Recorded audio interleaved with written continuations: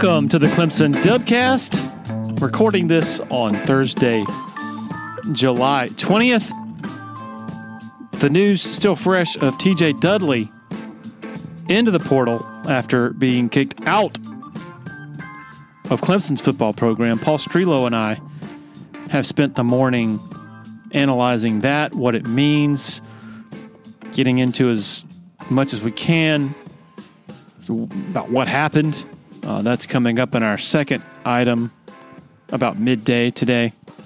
So we are full on into 2023 football coverage at TigerIllustrated.com. Check it out. My good friends Blake Smith and Brooke Archenhold have been part of the podcast since the beginning, way back in August of 2018. They have an accomplished team of personal injury attorneys at Parham, Smith, and Archenhold based in Greenville. They are Clemson people, and their skillful attorneys have decades of experience in complicated litigation matters, taking a special interest in medical malpractice, nursing home abuse, and neglect, car accident cases that have left the individuals involved in serious trouble. For a free consultation at Parham, Smith, and Archenhold, call 864-990-4581 or online at parhamlaw.com. That's PARHAM law.com. When you're ready for a complete renovation in your home or business, open the door to more with Harris Home and Harris Commercial. Their local experienced team will totally transform any room space, from beautiful floor coverings to construction to finished details. Harris handles every step of your renovation process, whether it's a kitchen or living room or an industrial or educational setting, like some of the positively stunning work they've done at Clemson University. Go to discoverharris.com and experience a total renovation transformation from Harris Home and Harris Commercial. Solero Communications, formerly known as Tandem Payment, is a full-service integrated electronic payments provider powered by leading-edge technology. Solero provides a wide array of merchant solutions, simplified payments. They make onboarding, taking payments, maintaining risk management and compliance, and getting support quick and easy. At Solero, they're all about helping you achieve sustainable growth as a business. Taking payments isn't the only thing your business needs. With Solero's solutions, you can manage inventory, sell products and services via social media,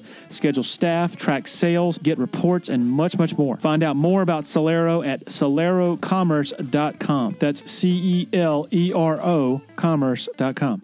Okay, lots of good FaceTime earlier this week with all of Clemson's assistant coaches and Dabo Swinney. So we figured we'd provide you with the uncut audio of some of these. Today, we'll go with Wes Goodwin, the defensive coordinator, and, of course, Garrett Riley, the new OC in town. Here we go. Enjoy.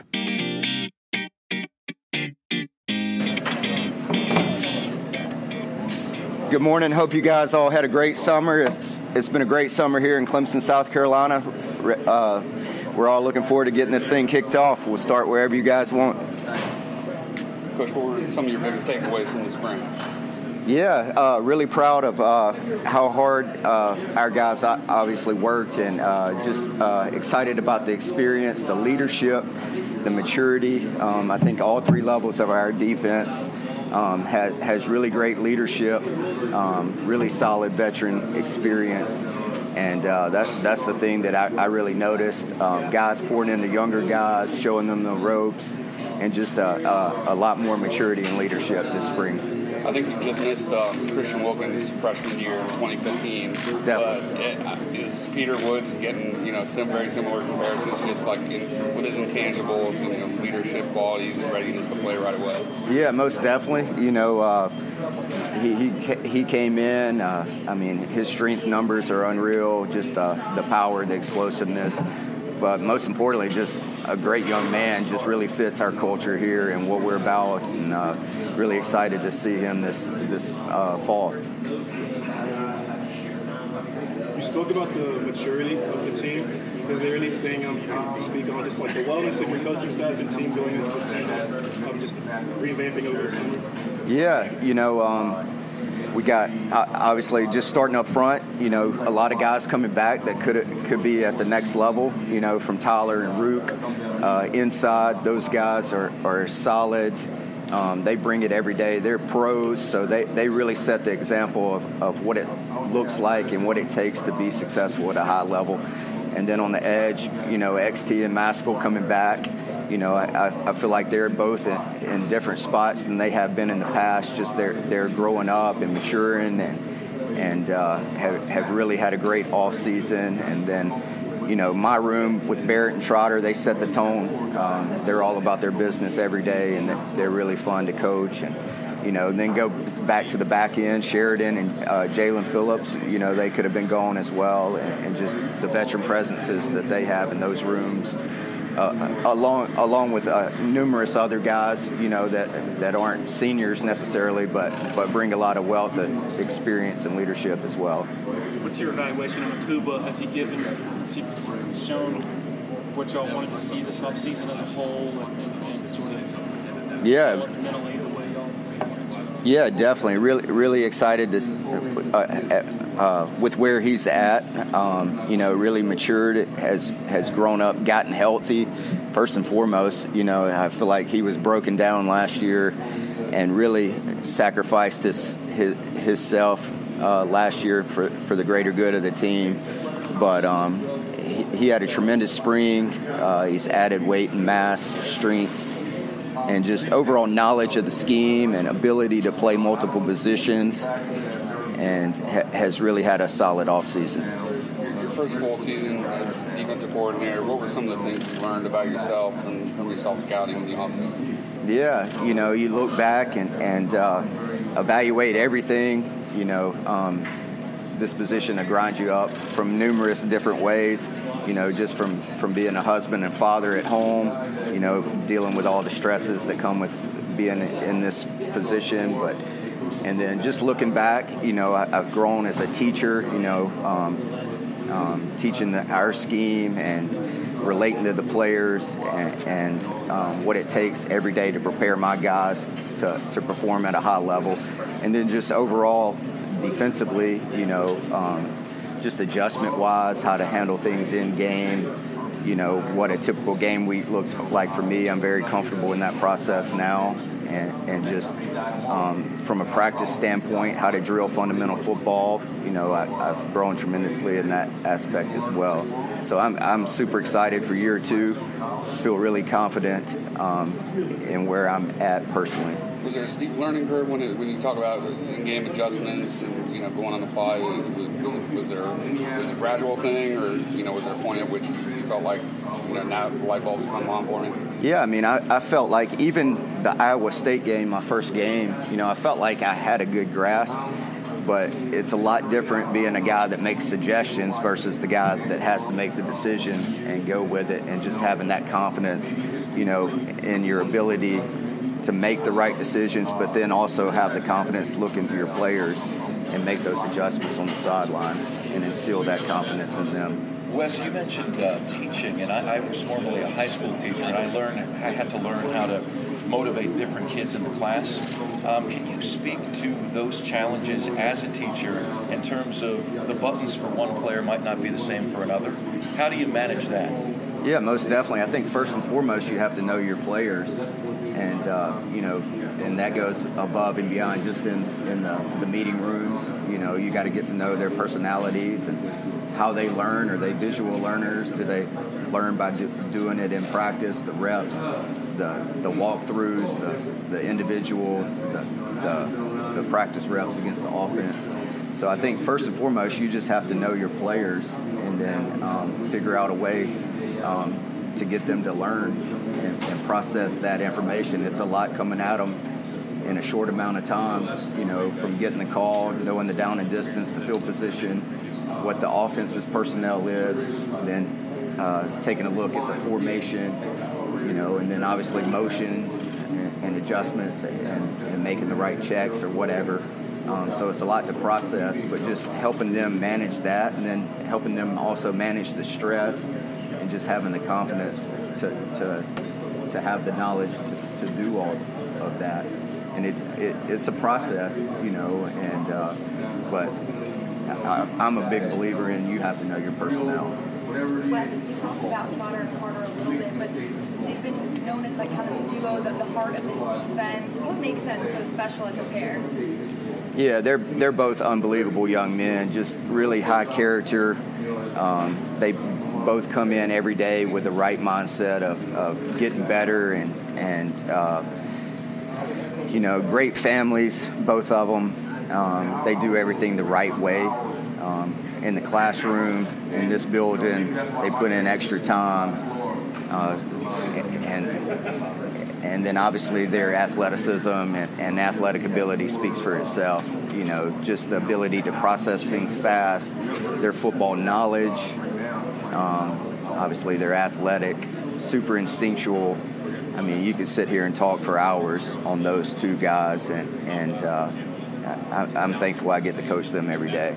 Those guys are going to get all the preseason accolades, but what about Wade Woodaz? He had an auspicious debut last season. Yeah. Is he a name people will learn pretty quick this year? I hope so. You know, Wade's had a tremendous offseason, really added weight, changing his body daily, and just he's in that same category, you know, great family, really smart, loves it. He's a grinder. He works at it, extremely knowledgeable. His skill set, he can do a lot of things. He's long, athletic, can run, physical, and just a tough kid. And I'm excited to see him this fall as well. Wes, what's your level of concern as far as the defensive end from an experience standpoint for you? Yeah, I mean, obviously getting the XT and Maskell back helps tremendously from that standpoint, and I feel like they're in really good spots. But after that, you know, it's kind of unproven, like a lot of positions last year, but it's just something that you always have to deal with in the game of football, whether you're at this level, the NFL level, high school, whatever, you're always going to have some transition in spots. But I'm excited to see, you know, Cade get his opportunity. Zaire, you know, needs to continue to grow as well. And obviously getting those freshmen in, TJ, you know, him coming in the spring obviously helps him. But I think AJ and David will have a good camp, and excited to see where they're at from a knowledge standpoint and technique-wise. But I feel confident in XD and Maskell, and excited about those other guys to get their opportunity. Is there somebody that maybe done in the spring or maybe here in the summer you've heard that's kind of maybe we're not thinking about that could surprise us? I mean, obviously, and then after those guys, then you got Ormond Mason and Jaheim Lawson. They continue to grow in the weight room, continue to grow their knowledge standpoint, and, you know, we'll see where they're at when we get started in August. Wes, what did you like about what your defense did last year, and what are some things you said, well, you know what, we can do a little bit better coming into 2023? Yeah, you know, they gave it everything every day. You know, it was a huge roller coaster last year from emotions and just challenges, injuries, guys playing banged up. You know, really proud of the way that they showed grit, determination, and hey, we're going to lay it on the line every day. And, you know, a lot of challenges from injuries, dealing with stuff off the field. Obviously, me being a first-year coordinator, inexperience in the back seven, but really proud of the way that those guys really fought and gave it everything they got. Do you think that they can build on that effort last year to kind of even take it to a different level? Most definitely. Everybody has a chip on their shoulder, you know, and really this offseason have been showing that every day. You could point to the biggest difference between going into this season and last season. I guess it had to be the secondary, the no-brainer, right? Yeah, most definitely. You look at a guy like Nate Wiggins and his struggles early last season, and now he's, you know, finishes the season, you know, the ACC championship he had. Yeah, definitely. That was cool to see, you know, go from Wake Forest to that game, and just it was an upward trend, and really cool to see. Wes, when you have so many versatile guys at all three levels, how do you balance the benefits of that, moving them around, with making things simple enough to let them just sort of play fast and execute? Yeah, definitely. When you have guys that you can move around, obviously that helps from an injury standpoint, because, you know, long season, obviously guys are going to be in and out of the lineup, so you have to move pieces around. But then you also, there's a fine line where you can't move guys around enough that they don't really get good at one position. So we'll hopefully find out early what our best combination of guys are back there, you know, and then obviously you move guys around and work them in different spots just to get them confidence in those different positions and stuff. But I think it's important that you create continuity, create chemistry, create confidence in guys playing side by side, and not create a bunch of different variables from that standpoint. If that answered. I guess coming out of the spring, you talked about turnovers being an emphasis. You want to see more of those. Why was that something looking back on last season? Yeah, I mean, I can't remember exactly where we finished turnover margin wise, but turnovers win games, wins championships. Creates big momentum, creates big plays in games. You never know when they're going to happen, but they make a huge difference, and you get what you emphasize. And I feel like this spring we really emphasized creating turnovers, a lot of different things, but that was one major emphasis. Hey, if we can steal a possession, and set our offense up for success, that's huge. And in the grand scheme of things, so just another thing to emphasize. Just the mentality, or the things you can actually practice to get more turnovers? It's both. You can grade guys. Hey, taking shots on balls. Whether it's a offensive guy running down the field, and you see defenders trying to punch and strip the ball. It just becomes muscle memory and habit, and just a different way to teach and emphasize. Where do you see Barnes and Lewis fitting in some positions that are pretty deep right now? Yeah, definitely. I think they have a chance to challenge for opportunity. Khalil came in, I would say well beyond his years a little bit. Should have been going to the prom in the spring, but he's out here intercepting passes in the spring game. So really cool to see where he's at. Always has a smile on his face. Just a great kid who really fits us. Credit to his high school coaches. He came in, had a great knowledge standpoint. Technique has been superb for a young guy, and just excited to see him challenge for opportunity. Whether that's playing 25 plays on special teams or getting in the rotation at nickel, safety, whatever it is, I think he's got a chance to challenge for those opportunities. And then same thing with Shelton, super competitive kid, all about his business, shows up with the right mindset, and just fighting for opportunity like everyone else. And we'll see how it all shakes out in August. But those two definitely have an opportunity to challenge. You talk about the self-evaluation process that you went through. What does that actually look like? Do you call other coaches that get feedback? Do you just call Dabo, just watch film yourself over and over? What does that actually look like? Yeah, a lot of different things. I got a circle of friends that are coordinators at different spots that I rely on. I talk to maybe once or twice a week or whatever, just bounce ideas or, how can I get better in this area? And then obviously watching a ton of film. Even now I'll go back and throw on games from last year and just watch the flow of the game and the adjustments and that sort of thing. And then just obviously being out on the road recruiting, get a lot of time to yourself, whether that's driving in a car or a late night at a hotel or whatever, just a lot of time, to yourself to think about different things and write down. I keep a journal on my iPad basically and just write down things, how I would have did things different, or maybe, hey, I like how this is or whatever, I wouldn't change this at all. But just a lot of different ways to self-reflect and grow. This time last year, did you have a proper grasp of that idea you were talking about, or the fact that you were talking about you can only learn some of these things through doing it when the lights are on? Yeah, definitely. You did, so you had a... Yeah, I had no idea, like something... Yeah, like, until you're thrown in the fire, you don't necessarily know. So it's definitely a learning experience every day. I guess in terms of you now have 2 springs under your belt, fall camp, a season, like what are the things that you do you think now that didn't quite that kind of perform in terms of how you're going to shape the defense and how you're teaching things? Yeah, I guess just looking at things from a big picture perspective, you know, of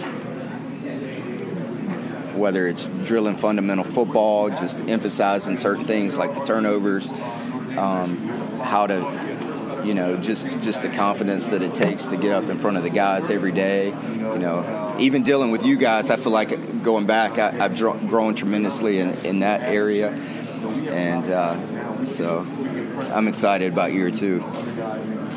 Wes, we constantly hear coaches talk about having to re-recruit their roster in the transfer portal and NIL era. Can you speak to just how your day-to-day has changed in the new era of college football? Maybe it's changed a little bit, but I feel like just by being myself and just the reason why I got into coaching was to build great men through the game of football. And, you know, I feel like if you do that every day and you are who you are and you're transparent and pour into guys, then I think that sells itself sort of deal. Obviously, Clemson, we're a great place. We have unlimited or really good resources to take care of guys from that standpoint. But people don't stay at places as long as this would be my 12th year at Clemson. Coach Swinney, 20-something years here as well. You know, you don't stay at a place and for that amount of time and be full of crap. You know, people know who you are, and you know, I think just being who we are every day, guys want to come back. You know, Tyler Davis, Rubes, XT Maskell, Sheridan Jones, JP. You know, those guys want to come back because of the culture that Coach Swinney has created here. Since we're talking about the transfer portal, Coach Swinney has brought in 2 transfers in all his time, both, you know, backup third-string quarterbacks. That's something that y'all talk about with recruits. I mean, that's so rare. I mean, most schools are bringing in 20 or more guys from the transfer portal every year. Is that a selling point that, you know, come here, we're not going to go outside to, you know, find a guy to replace him? Most definitely. You know, I mean, that's a huge selling point because, you know, I would say typically, you know, most guys make the jump in their 3rd year of football, even seeing at the NFL level. You know, rookies coming in usually takes about 2 to 3 years, you know, just catching up the speed of the game and so forth and so on. But it goes back to we've never signed a junior college player here either. You know, if you come in, put in the time, put in the work, you know, and once the guys, once you get your opportunity or whatever, coach is really committed to those guys versus bringing guys in. And 2, when you have guys in and out of your locker room, you can't maintain a culture. You know, if guys are here for 6 months and leaving, you know, it's a really, really bad vibe in your locker room. And thankfully, you know, coach has been here and we've been established for a long time, so we don't have to deal with some of the things that new staffs are dealing with or even others. And it's really cool to see guys come in and really put in the work and time, and then once they get their opportunity to see them maximize it. Wes, when you're sort of diagnosing your past defense breakdowns last year, what's at the top of your list of the sort of the culprit, I guess? Is it one thing, or is it a lot of interrelated things like not as much pressure as maybe you wanted to get, or I'm just wondering what you identify as? Yeah, I think it was a multitude of things. I think, you know, whether just guys playing technique wrong.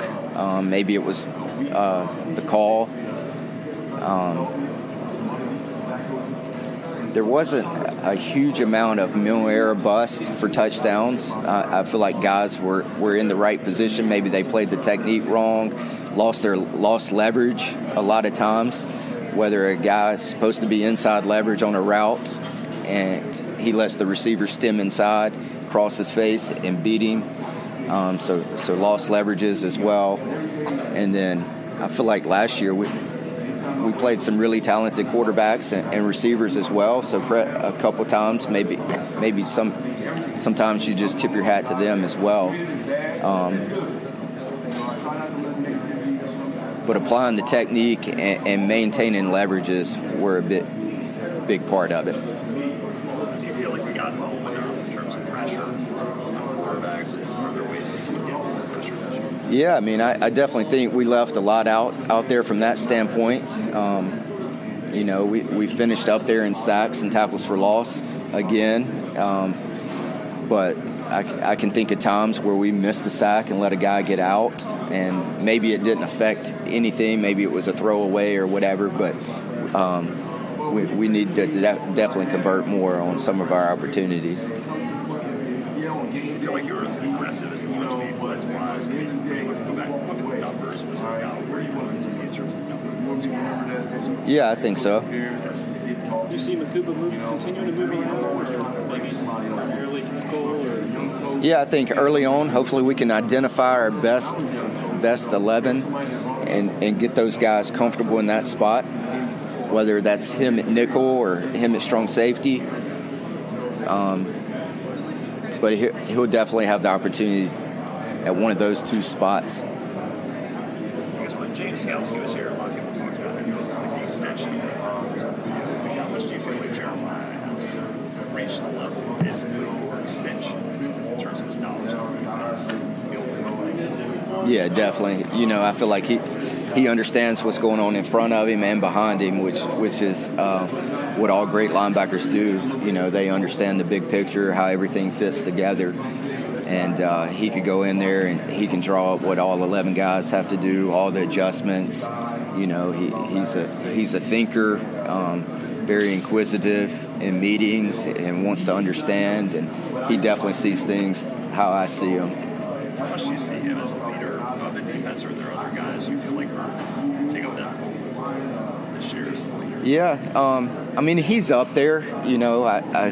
That's probably one area. I've challenged him. Both him and Barrett. Hey, be vocal leaders, because guys really respect you in the locker room, and you have their ear.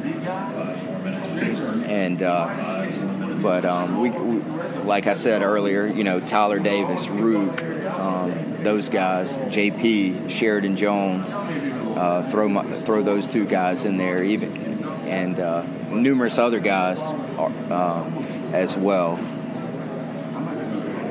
So how would you assess the rushing defense overall last year, and what was some stuff you want to work on? Yeah, definitely.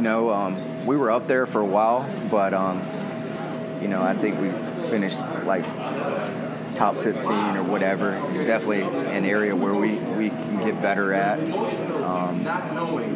So really challenge those guys up front. I think some injuries hurt us at times. A little bit of guys in and out of the lineup. But we need to clean up our technique, our directional steps with our movements and pressures. Hey, call a pressure versus a run. And it's a one-gap movement. Don't go two gaps and create issues from that standpoint. And then also from the second level, just the backers being more comfortable and fitting gaps and run fit wise. That's a big learning curve for younger linebackers. With all the different coverages and all the variables that the offense presents, motions and then swappers, a lot of eye candy in today's world. And, Trotter's grown in that area. Barrett gets better every day. Wade has a really good understanding of all those guys. So really excited to see how we do in that area as well. Do you have an assessment of Page, Capehart, Trey Williams? There's a lot of talk about those frontline guys. Yeah. I'm just curious about what you see for them, sort of their upside this year. Yeah, definitely. They're going to have a lot of opportunities to provide good depth up front. Really pleased from where they all were coming out of spring. Excited to see them get their opportunity as well. Those frontline guys can't play the whole game up front. You need to be rolling guys in, keeping guys fresh. And but Capehart,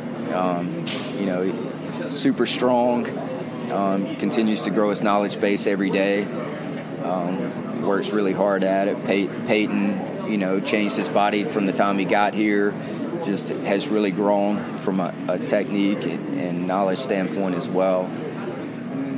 So you guys have done this in the past in terms of playing 3 defensive tackles on the field at the same time. I mean, how open are you to playing that more against the best defensive linemen on the field just because of the depth you have? Yeah, I mean, we definitely want to play our best 11 and what gives us the best combination to be successful.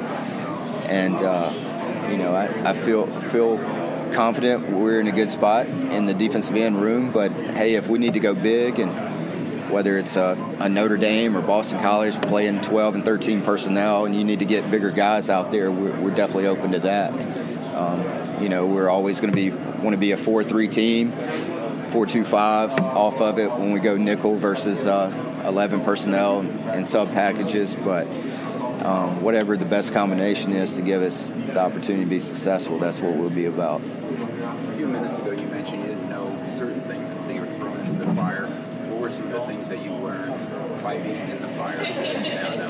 Yeah, just how much time it takes to recruit at a high level, or how much time do I need to devote to game planning, how to manage a staff, just getting up in front of the defense every day, coaching linebackers, organizing practice from that standpoint. Hey, going from a guy that helps to being the guy in charge.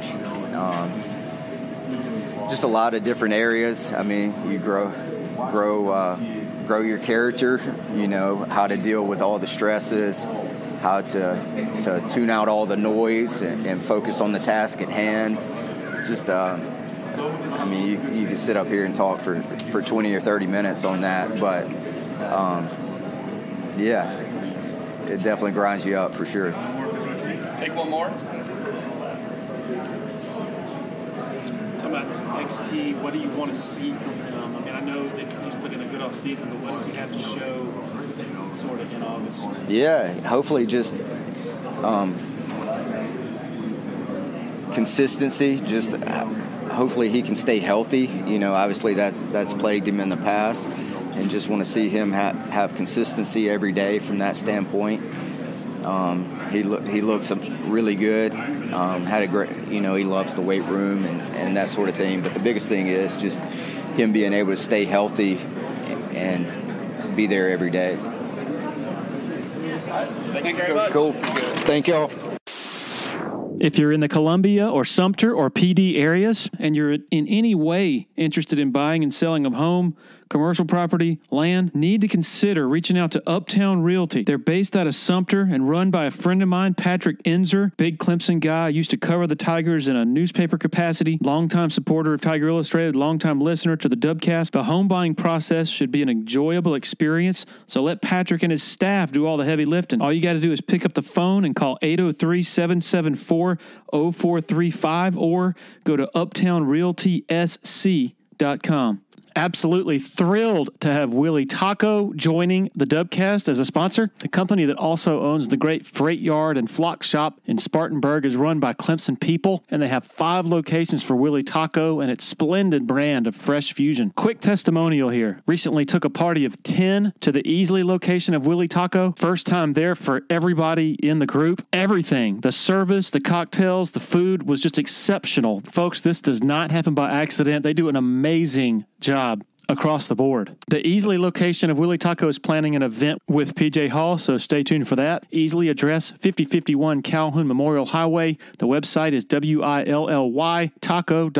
Another loyal supporter of the Dubcast is Blackacre Law Firm in Greenville, a subsidiary of Parham Smith & Archambault. Blackacre helps South Carolina residents achieve their dreams of home ownership by providing experienced professional representation for real estate closings. Attention to detail is crucial in real estate law. Blackacre Blackacre is committed to making sure nothing gets by them preparing residential or commercial closings. Blackacre also offers estate planning services for their clients in the Greenville area. Find out more about Blackacre at 864-326-3507. Want to share a quick word about Founders Federal Credit Union? If you've been to a sporting event in Clemson, you've probably heard about Founders already. They are the official credit union partner of the Clemson Tigers. In addition to that, all Clemson faculty, staff, and students are eligible for membership as well as IPTAY members. Its office is located beside the Walmart Neighborhood Market on Old Greenville Highway in Clemson. For more information, go to foundersfcu.com. Well, Garrett, how's your off-season been so far, and what's your anticipation for when things get going for real in a couple weeks?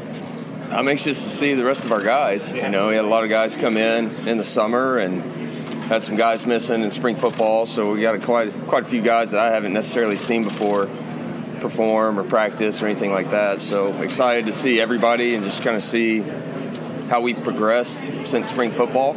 You know, I know we've got a lot of confidence going with kind of our group right now with how things are going in the summer, and player-led practices that they're kind of doing on their own have been going really well for us. So just excited to get back out there with them. Has Cade been doing well in leading some of these player-led sessions and been enthusiastic about what he learned in the spring and taking it into the fall? Yeah, I mean, I've kind of been through this before in terms of bringing in an offense and kind of transitioning some teams. And so it's cool at this point in time to really see how the buy-in is just taking another step with our guys, and just some of that confidence within them of running this, and where things are becoming muscle memory and they're not having to think as much. And so this is kind of a fun time to really see how they've accelerated mentally, probably more than anything, compared to when they first learned this. But he's been doing a great job. We've got good leadership really on our whole team, you know, but I think offensively we've got, you know, kind of a cast of leaders that have done a great job this summer. With all the wide receivers that were out for the spring, getting them back to the fall, how are you expecting to kind of get them up to speed, learning and repping this offense?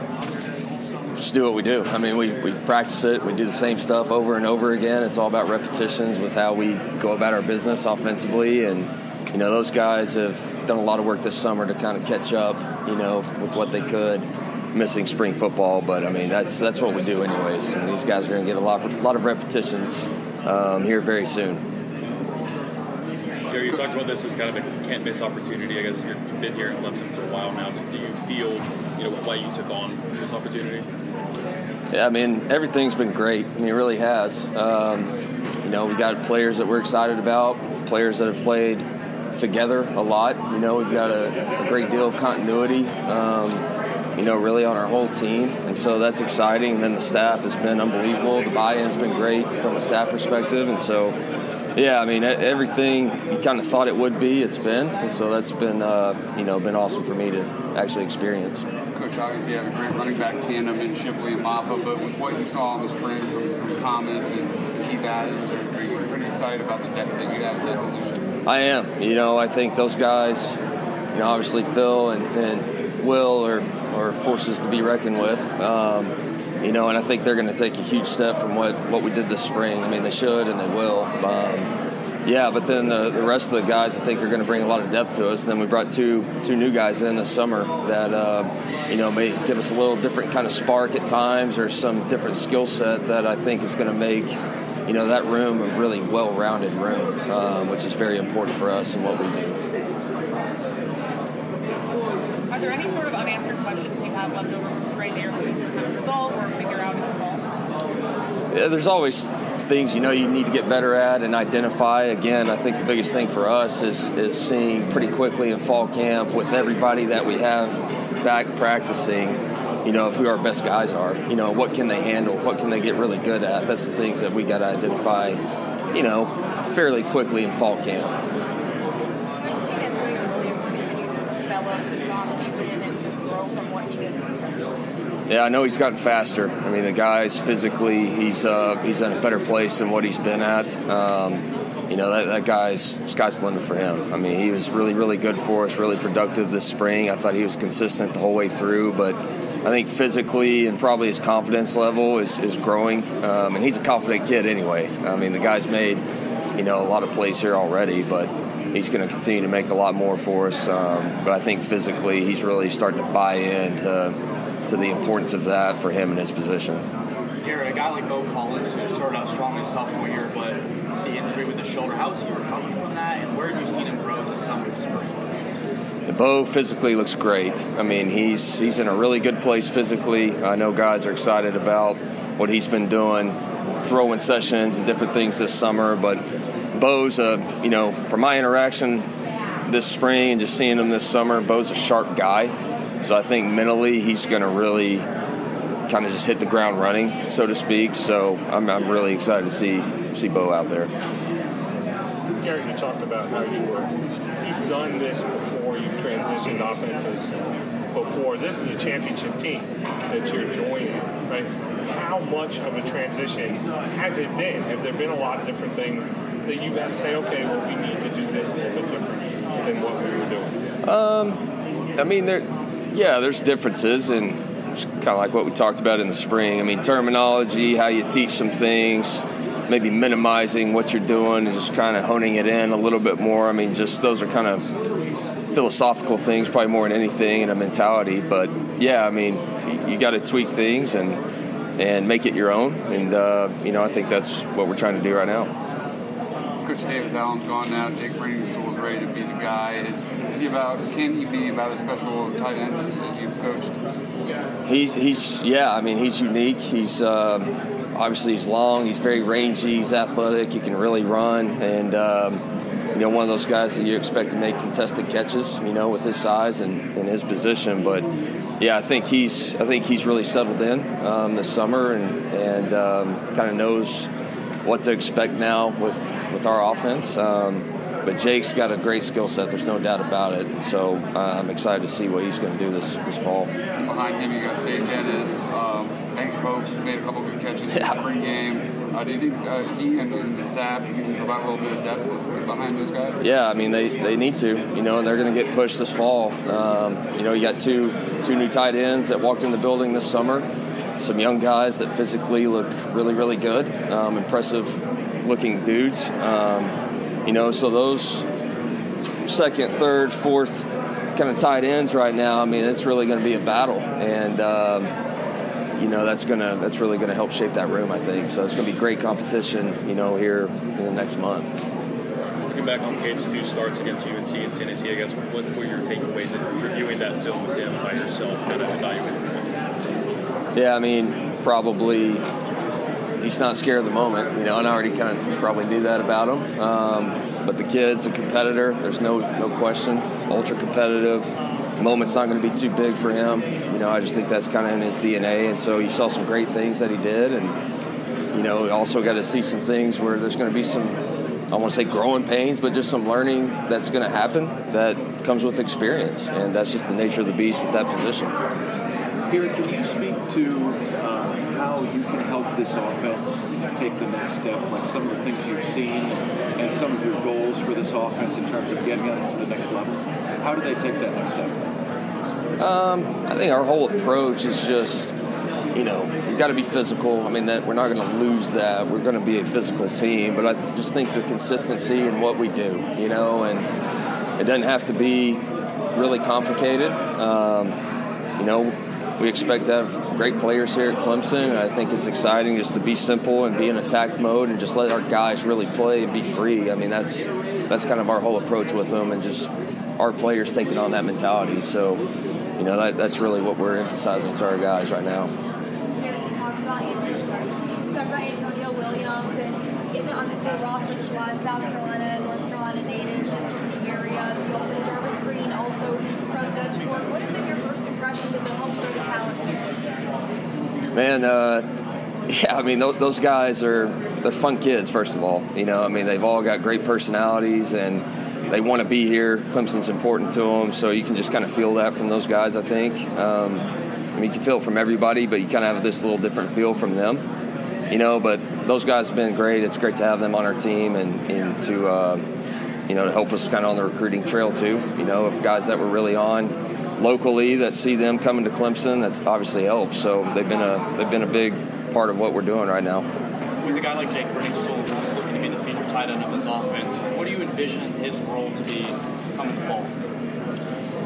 I mean, he's got to be a difference maker for us. You know, I mean, obviously you want him to be the big tight end that can make possession catches and be a force in the red zone and be a matchup problem. You know, but he's going to be asked to do things in the running game where he's got to give us a spark there and give us some value in our running attack. So those guys are asked to do a lot in our offense. I mean, the quarterback and the tight ends, those are the two positions that probably have to learn the most with what we do. And that's probably the case for most offenses, but certainly in ours. So he's going to have a lot on his plate. You're only in the Big 12 for a year at TCU, and fair or unfair, they kind of have that reputation of not being a defensive league. Just curious what your opinions are of the ACC, the defenses in this league, and is it a different kind of challenge?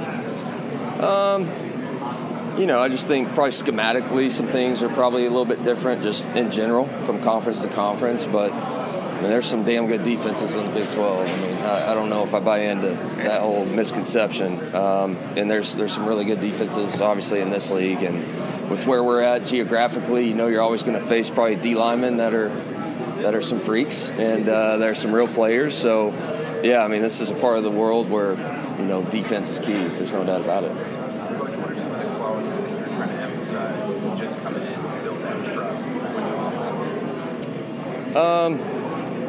Kind of same thing a little bit, I guess. My answer, just trying to be consistent in our approach as coaches, what we're trying to relay to them, giving our kids freedom and giving them ownership. I think that's key. I mean, I was watching the quarterback show with Mahomes on Netflix right now, and the Chiefs are giving Coach Reed's giving them a period in practice just to come up with whatever play they want to do as players. And so, you know, I think that's a little bit of kind of what we got going on here in terms of just giving your players ownership, and so they can buy in even more, I think is always kind of critical, especially in year one of kind of a new offense or new transition there. Cade in the Orange Bowl, Cade did a lot of running backwards. I know he was under the gun a lot because of your pass rush. You can get away with that in high school, probably not this level. You can adjust that with him a little bit? Yeah, I mean, he knows where he's got to get better, and you know, you got to do it in real time. You know, you can sit there and we can all go up there and watch tape and sit there in the air conditioner for 45 minutes and talk about what he needs to get better at. So he knows it's just creating that muscle memory and you know, just gaining that experience in order to do that. You're the new guy on staff coming off a championship game appearance. Do you feel pressure in this role to deliver? I just think I do every year, probably. You know, I just think you always put more pressure on yourself than anybody else is going to. So I just think that's the nature of what we do, and that's kind of those positions you want to be in, right? But I wouldn't say any more than I probably have any other year. Okay, I can't hear everybody. Sorry, and I talk so loud. That's all right. Your assistants talk about the confidence that you bring in and to come into a staff where everybody else knows each other. They play together. And for you to walk in, what was that like, and where does that confidence, especially given you're 33, you're younger than all those guys too, like where does that come from? What's your makeup? What's gotten you there? Lucky to be around a lot of great people, you know, early in my career, and how I was brought up in my hometown with my parents and coaches that I had at a young age. I mean, that's definitely a part of it. And then Coach Leach and just kind of my background and into coaching. And then I just think at the end of the day, just belief in myself and belief in what we do, you know, and knowing that even through some thick and thin or some good times and bad times, that what we do is enough. And I think if we have the buy-in and we find ways to adjust when we need to, but just knowing that even when things get tough, if you stay the course, we're going to be okay, you know. And I just think a total belief in that is probably where a lot of it comes from. Has there been a moment so far in this where you went, a moment where you realized like this was 100% the right move, or things clicked, or you were like, all right, these are my guys, this is my staff, my players, whatever? Yeah, I mean, last year, transition over here, I mean, just all of it is such a complete whirlwind. You know, when you have a long season like we did last year and you come right into this, I mean, you get zero break. And so that's a long, you know, for me personally, it's been a long 2 years. Changed jobs from SMU, went to TCU to here. And so just for me and my family, it's been a long 2 years from that standpoint. And it's been unbelievable. It's been hectic. But to answer your question, I would say probably once we actually got into spring football, you know, just once you actually get on the field and you're practicing, you're with your guys, you're with your coaches out there figuring it out, you know, that's probably when I guess it kind of settled in maybe. It was probably that point in time. Spring game is one thing. How much have you been practicing running down the hill, getting ready to do it in front of 80,000 fans? I'm glad I did it at the spring game. I needed a rehearsal, that's for sure. Yeah, the little simulation in the lobby over there doesn't do it justice, that's for sure. But that was pretty cool. You know, I always kind of heard about that tradition. Obviously, I've seen it on TV, and thinking it wasn't going to be that big of a deal for a spring game and all that. And then we did, and I was like, all right, that's pretty cool. Yeah, need some more practice probably. I've been doing the Peloton, so I've been trying to get my legs ready. You're ready then, yeah. Shipley, just as a player, he was always to see it 3 positions, first person to do that. Just your evaluation of him and how he fits in for what you want. Of Will? Yeah, of Will, yep. Yeah, he's a special player. You know, he's versatile, he's tough. He can do things outside the tackles. He can do things in space, and obviously he's a guy that he's fearless enough to shove it up in there in between the tackles. So he's a unique skill set. His mentality's awesome. You know, he's going to be a guy that I think is going to be asked to do, you know, quite a few different things within our offense. So that's fun to kind of see what he can handle. And whatever he can handle, we're probably going to keep throwing it that way at him. But we got to be smart not to overload him, too. So that's the fine line as a coach. You got to always take into account.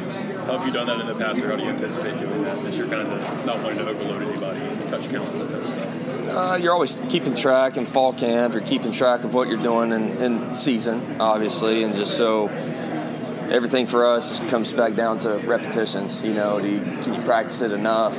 Is it things he can handle, be consistent, and execute at a high rate? And whenever you can't, you know, you probably need to adjust as a coach. That's with everybody. That's with everything. So whatever we can execute at a high rate, that's what we'll keep doing.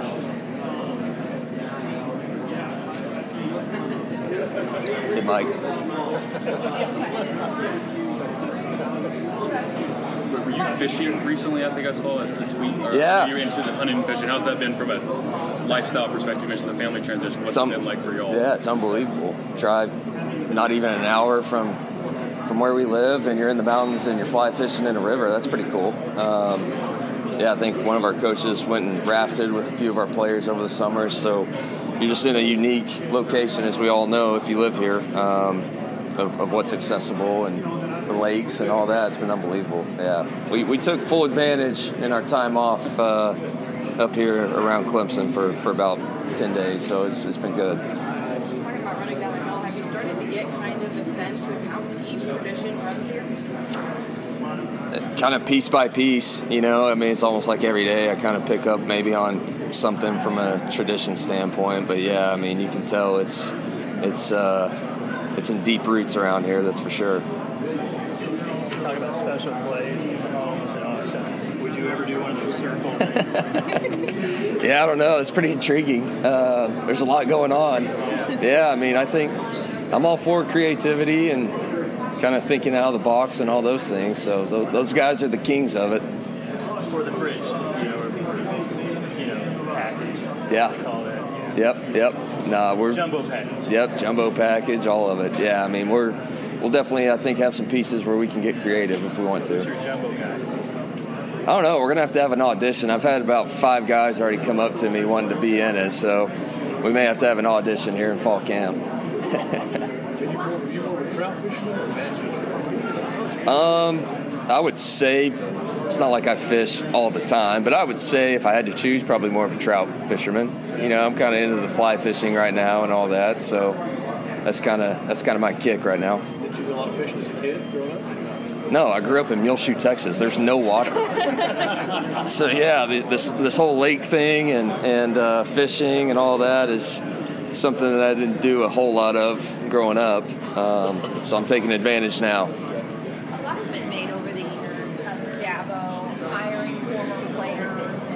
It was big news for a lot of people that he went outside of that circle and brought you in. Being in it, what do you see as the value? And as you look around this program that's built on guys that are born and bred in that tradition and all of that, what's the benefit of having some of those guys around and helping form your program and your department around them? I mean, obviously these guys just know Clemson and know the program, know what it means to be here and go to school here, play here, all those things. And so, those guys have helped me and maybe kind of just accelerating me fitting into kind of what goes on here and just our process and Coach Swinney and everything he believes in, just all of that. And so you can tell it's a tight group. Everybody has known everyone forever. And yeah, I'm definitely the total outcast that way. But welcome you in. Oh yeah, no, they've been unbelievable. They truly been unreal for our family for sure. Do you see a connection kind of on a different level that they're able to have, or a buy-in from the players? Because these guys know it. They were here. They literally helped build this facility. Yeah, I mean, you just compare it to other programs. It's just the continuity factor. I mean, that's the bottom line. There's continuity here, and there has been for a long time, and that's just not the case really anywhere else. From a football staff standpoint, I mean, that just doesn't happen anymore. So that's the bottom line of where we're definitely different here. Has that been a transition for you, Garrett, in the sense that Clemson's not for everybody and everybody's not for Clemson? That you have to recruit the right guy, not maybe somebody who's like overly invested in NIL or transfer portal or other issues like that today. Yeah, I mean, it's definitely different from places I've been and just some different thought processes, but that's what makes it cool as a coach, and you come into different situations and different experiences, is now I get to kind of see how other people do it and how Clemson has had sustained success for so long. And so that's part of, kind of a growing perspective for me. Coach, everybody's seen what's the level of quarterback competition for starters? I just think there always is. I mean, no matter what you did last year and no matter what you did in spring football, I mean, you got to come out and you got to be able to do that in fall camp where we have enough confidence in you to move forward and continue to give you reps. And that's just how it always goes. Everybody in here has seen starters that started the first game and then they get pulled at halftime or whatever. I mean, that's the nature of the beast. So I think they always know that there's always competition in that room. You obviously knew Cade in high school, league in Texas. Just do you remember when you first met him or encountered him and what your first impressions of him were in high school? Talking to him on the phone was really our first interaction a few times early on in his recruitment. Kind of just the same kid he is now, thinking back to it. But I never really got to be around him too much in person, but certainly remember seeing him. Their high school was on TV a fair amount, especially in the playoffs down there in Texas, and so was always kind of able to watch him in their playoff run at Westlake. But he's just an impressive, steady kid, and he's a guy that's been brought up with a really good family, and I don't think he's probably changed just a whole lot, probably in their eyes for sure. When you're coming in new and taking over an offense, just how do you approach kind of establishing a relationship with a quarterback like that and kind of building it up? Just being who I am, I guess. I don't know. I don't know if that's maybe the right thing. I guess it is the right thing, but I don't know if that's the best. But yeah, just building trust with them in the meeting room, on the field, and then certainly you got to do some things outside of football where you're just being a mentor for them, and just being someone they can trust outside of X's and O's talk. And I always think that's important, especially at that position. And hopefully trying to show them how to lead other guys on their team, I think is always important. And so our quarterback room is easy to do that with. It's a lot of really good guys in there, some guys that have been in college football for a number of years now. So I kind of like some of the older guys we have and then some of the younger guys. I think it's a good mix we have from a personality standpoint in that room. You've been around some really good college quarterbacks before, but maybe not the guys who had to be a future first-round pick or whatever.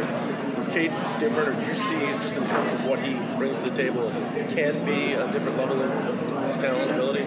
There's no question he has an elite skill set. I mean, there's no doubt about it. Each quarterback's different, but there's no doubt, denying his talent level, and I think his competitiveness and his want to is elite as well, and so you put all those things together and you give a guy some confidence and put him in position to be successful, the sky's the limit for him. There's no doubt about it. How are you and your brother Lincoln similar in terms of your coaching, and how much of maybe of an influence has he been with you? He has spent a year, spent 2 years coaching with them together at East Carolina, and so that was early on in my coaching career, and just being exposed to how we did things there at ECU and having some success definitely, is a part of who I am as a coach now. But yeah, I would say probably more similarities than differences. With what we do and how you coach, what you believe in, how you practice, how you carry yourself. I mean, just all those things. I would say we're probably more similar than not. Garrett, how will this offense define success moving forward? How will this offense define success moving forward? Score more than they do. I mean, whatever it takes. I don't want to be labeled as we're just going to go ultra fast and that's it. I want to dictate tempo, and we want to be explosive, but we also want to be methodical and shove it down people's throats at times. And so I just hope that we're going to be versatile that way and have a mentality where we can do that and take over games, whatever's required. I mean, that's the bottom line. Garrett, did you get to know Shane Beamer a little bit when he was on your brother's team? Not really. I've kind of just met him or seen him briefly a couple times, but I really haven't been around Shane too much. No. Saw him at the high school, South Carolina High School Association several months ago, but yeah, I haven't really been around him too much. Dabo's been very resistant to the transfer portal. How do you feel? You good with that? Well, I just think you got to apply it to what your needs are and what's going to best fit your team. And so Clemson's situation is going to be different than a lot of other colleges, in their situations. Our situation here is much different than a team that just got a new head coach and just had 20 players leave. And so, you just got to take some of that stuff with a grain of salt just because we are in such a unique kind of situation and circumstances here. But I think you obviously got to adjust and apply it whenever you kind of need it. If you need it to help your team, then, hopefully you can utilize it. Conversation of two-way players with coaches come about, like high school elite. Does he ever see it for you guys? Yeah, he's going to start out as receiver, and then we're certainly going to cross-train him a little bit at DB and just kind of see as fall camp goes, kind of where he's going to help our team the earliest, what's going to be most beneficial for our team. So, yeah, I love it. I've been around a few guys that have kind of done that before, but I'm all about it. What's his best asset? Team? Yeah, I mean, I would say so. I would say just kind of being in space and being a creator. He's kind of one of those guys, and I think watching his tape and the little I've been around him, he just strikes me as kind of a fearless type of guy, and so, I think that's obviously a great combination for a guy you're trying to get the ball to. One more question. One more. All right, I'll ask you. Cade, that guns mentality, keep that in check and not look at his good points. What do you say? How do you coach? That's a good question. I think my belief, to answer your question, I think it's you got to present it in a way that you're not going to take away from the player that he is, right? And so, extreme example is Brett Favre. You don't want to take away who Brett Favre was because he was Brett Favre. And so I just think you got to be good in meetings and coaching opportunities on the field, coaching opportunities from games of just trying to find that fine line or that balance where they can hone it in when they need to and they understand that, but you also don't take away from who they are. I think that's just kind of the fun job that we have as coaches, right? But that's to me, that's a good problem to have as a quarterback coach. Thank you, Coach. All right. Thanks, guys. Okay, a lot of interesting nuggets in there from both Coach Riley and Coach Wes Goodwin. And tomorrow we plan on having more. We normally do these once a week, but we're going to make an exception and do a second one from these coaches' interviews on Friday. So stay tuned for that. Appreciate the support of all our sponsors for helping make this happen. And most of all, thanks to you for listening to it happen. Cheers.